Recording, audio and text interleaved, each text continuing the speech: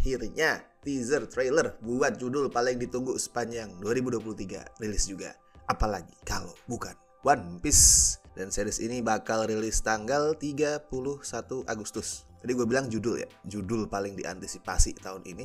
Karena emang One Piece itu nggak cuma di antara series, bahkan kalau lu bandingin sama film pun, ini termasuk salah satu yang paling ditunggu. Produk entertainment paling ditunggu sepanjang 2023, One Piece. Dan gini sih, series atau film live action adaptasi dari manga di Hollywood itu kan udah banyak banget. Dan mostly kita tahu ya kualitasnya kayak gimana, gagal. Death Note, Cowboy Bebop, terus of course Dragon Ball Evolution, si sampah nuklir itu, anjing itu film. Dan terakhir Senseiya juga gagal kan ya. Tapi itu tidak menyurutkan minat para produser untuk terus bikin live action adaptation manga. Tapi kalau sampai One Piece yang adalah the biggest, the most popular, dan buat banyak orang adalah the best manga, mau itu today atau sepanjang masa, kalau itu sampai gagal juga, gue nggak tahu apakah kedepannya tuh masih ada tempat buat live action adaptasi manga di Hollywood. Tapi so far sih gue personal lumayan punya harapan gitu ya. Tetep lah, gue tetap hati-hati biar nggak ketinggian ekspektasi. Dan gue yakin banyak fans juga ngelakuin hal yang sama ya. Mungkin dalam hal itu excited, punya harapan, tapi berusaha untuk menjaga banget ekspektasi itu buat berhati-hati banget biar nggak kecewa. Tapi at least kalau dari cast itu menjanjikan. Inaki Godoy gue rasa looknya tuh cocok jadi Luffy. Makenyu juga jauh lebih pas ya, jadi Zoro dibanding jadi Seiya kalau dari look. Dan Emily Rudd, well, kita ingat ya gimana pas dia diumumin jadi Nami itu keyakinan banyak fans berubah 180 derajat dari yang tadinya ragu langsung mulai optimis dalam semalam. Sama lu juga pada tahu mungkin ya, kemarin sempat muncul kabar soal tes screening buat One Piece yang katanya hasilnya luar biasa negatif. Itu gue ingetin itu adalah hoax, walaupun tetap bisa jadi udah diadain tes screening dan hasilnya negatif, tapi who knows. Walaupun jujur gue juga mengkhawatirkan salah satu part yang disebut di hoax itu.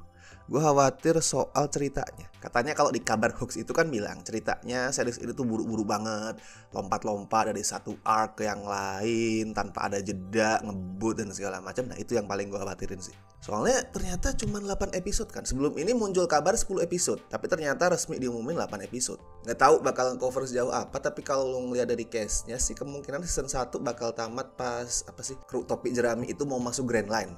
Kemungkinan di situ, which is itu adalah potongan yang pas buat gua. Tapi apakah 8 episode itu pas buat ngerangkum semua arc sampai masuk Grand Line? Amin, lu lihat aja deh lawan-lawannya, ada Captain Morgan, terus Buggy, Don Krieg, Kuro, Mihawk, Arlong, belum lagi ada Smoker dan lain-lain. Kalau misal durasi per episode tuh sejam, berarti kan total sekitar 8 jam, yang artinya per arc itu dikasih ya let's say 1,5 sampai 2 jam lah. Itu logikanya itu cukup buat nge-cover satu arc sekitar 1,5 sampai 2 jam, alias sama kayak film panjang gitu. Itu logikanya cukup. Tapi apakah iya? Ya lagi-lagi ini lebih ke arah itu sih, lebih ke arah gue ngejaga ekspektasi. Kalau dari logika gue tahu itu bisa dilakuin, sangat mungkin dilakuin ya, dengan penyesuaian di sana sini ya. Tapi sangat mungkin dilakuin. Tapi kayak gue masih menjaga ekspektasi biar nggak kecewa gitu, biar nggak terlalu tinggi. Tapi itu nantilah. Untuk sekarang kita cek dulu teaser trailer dari One Piece. Bismillahirrahmanirrahim.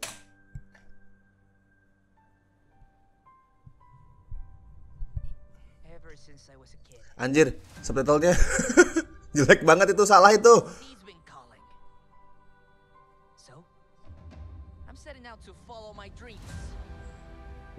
Berarti ya suaranya not bad lah si Luffy.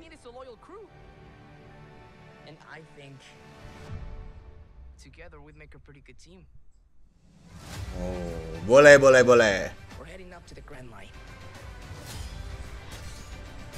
Oh.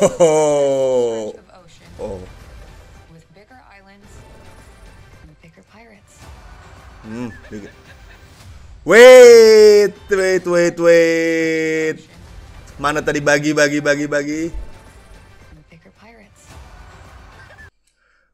Okay, sorry for pause because this one looks good. Karena emang in real life kalau ngeliat orang kayak bagi dengan badut gitu, meskipun di komik tuh image-nya konyol ya, apalagi makin kesini. Tapi kalau di in real life ngeliat orang kayak gitu serem, dan ini serem. Oke, ini bagus. Gue suka ini. I'm sensing a little bit of tension amongst the crew. Not a crew. haven't sailed together for very long, but I know we've got each other's backs. Asik, asik. Ah kan. Grand Line. Wait. Was that Cody?